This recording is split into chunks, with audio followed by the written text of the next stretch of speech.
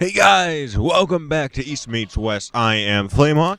And as always, I am the Gentleman Snark. Now, if you're a Pokemon fan, I'm pretty sure you know what dropped today. Yes, today what dropped is the first two episodes of Pokemon Generations.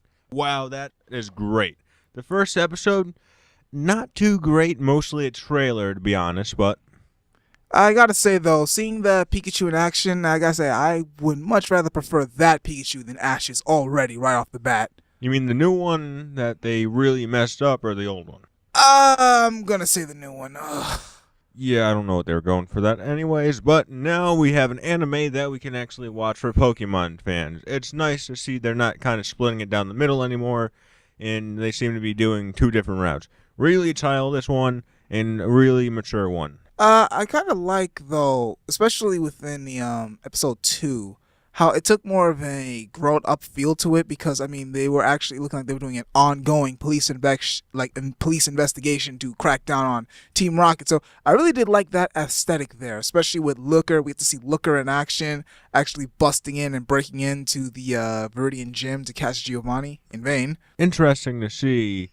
Maybe Looker was in Gen 1 all along, just for some kind of, conspiracy thinking. Well, that is possible because I believe in the old version, in Crystal version, there's actually a house that is located that represents the Cerulean Police Department, I believe, and second gen. But yeah, see, with second gen, with the police department, it also could show as a way that not only was Officer Jenny, but it could also show that police was always around all along. Because let's be real, after Gen 1 and Gen 2, the police have not really been a central figure, not even in the games. Like, occasionally you'll see them, like, they'll at nighttime, if they catch you wandering around, they'll battle you, but the police really haven't been a central figure, like, at all, even in the Pokemon games since, like, Gen 1 and 2. So, to see this within Generations on how they're trying to, rely, like, they're not really relying on kids anymore is a very nice touch. Makes you think, how do all these Team Rocket figureheads become gym leaders? You got Blaine, you got Giovanni, you got Sabrina. Like, literally,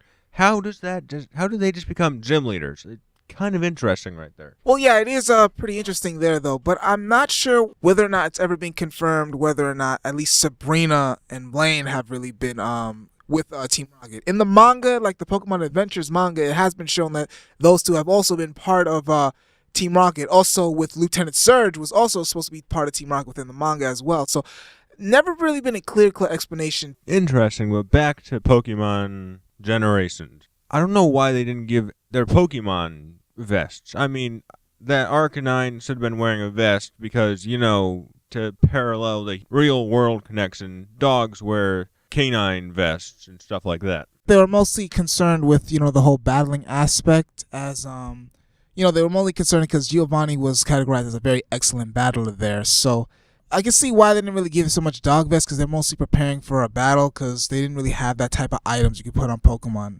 at least not in those early times yet.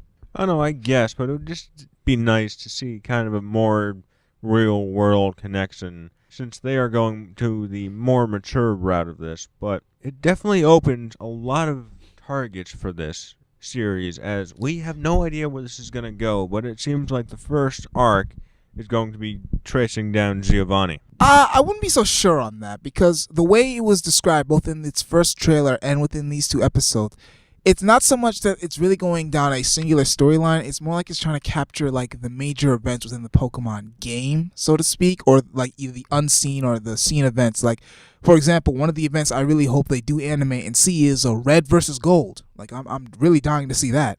Giovanni and Silver, little catch in the cradle right there. So yeah, I don't really think this is going to be so much of like it's going to be episodic, but I don't think there's going to be following like cohesive stories. Mostly it's just going to be linking towards animating some of the major events within the games, both seen and unseen. So that's really my opinion on it. So far though, the animation has been spot on. It's all in English dub, which is very nice as well. So, and the animation is very crisp and beautiful too, especially within trailer 1 where we get to see Pikachu really battling all these many different kinds of Pokemon. I really do like that. So it's nice to see Nintendo reach out to their fans where they haven't really been reaching out to us extensively in that department, and it's nice to see a little bit of a fan interaction with the company. Do you think that if this gets enough traction that we might be able to get a longer series, like an entire series off of this. Potentially, because so far they released the first 2 episodes, and the episodes are just about like 3 minutes to barely under 4 minutes long. So yeah, I don't like these. Seems to be really like just YouTube Shorts type of thing. And personally, I think I wonder if it's going to be somewhat of a countdown to the Aloha series for the new Pokemon Sun and Moon games.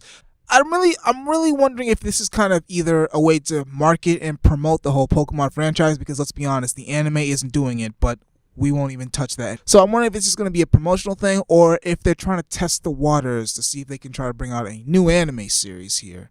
Definitely has those vibes of those old series that used to be on TV. Yeah, it definitely does. So I don't know. I'm not sure what to expect here though, because so far it seems, because already with episode 2, because I think episode 2 is like the real official start to it, because like we said before, episode 1 was more like a kind of a trailer and a preview so long of like what's to come all over the place. So I really am curious as to where they're going to go with this. So first we have Looker, and I wonder what's next. I mean, maybe we could follow down Giovanni. Maybe they could also cut part to the I guess spoilers, by the way, if you haven't really played the games. They can cut to the whole event where in the Heart Gold Soul Silver series, where the main hero character travels back in time to Jojo Falls to meet up with Giovanni when he had the fedora on. So I'm wondering if that's going to be the next episode. They'll follow that, or maybe they'll follow something completely different to where Red and Blue, or Green, however you want to call them, start to face off as rivals. I mean, I don't really know. Anything could really become of this. Definitely. But we will keep you updated as the episodes come in, because like you, we're all fans of this. So until next time, See ya. stay classy. Hey, this is Flamehawk. I hope you enjoyed our weekly East Meets West podcast. Be sure to catch us every week on Fridays at 4 p.m. to 5 p.m. Eastern Standard Time. I run the American side of things, covering Marvel, DC, Star Wars, and much, much more. And as always, I run the otaku and Japanese side of things, from Shonen Jump into other interesting anime news. Please be sure to like, comment, and subscribe. Your contribution is always appreciated. And remember, folks, stay classy. See ya!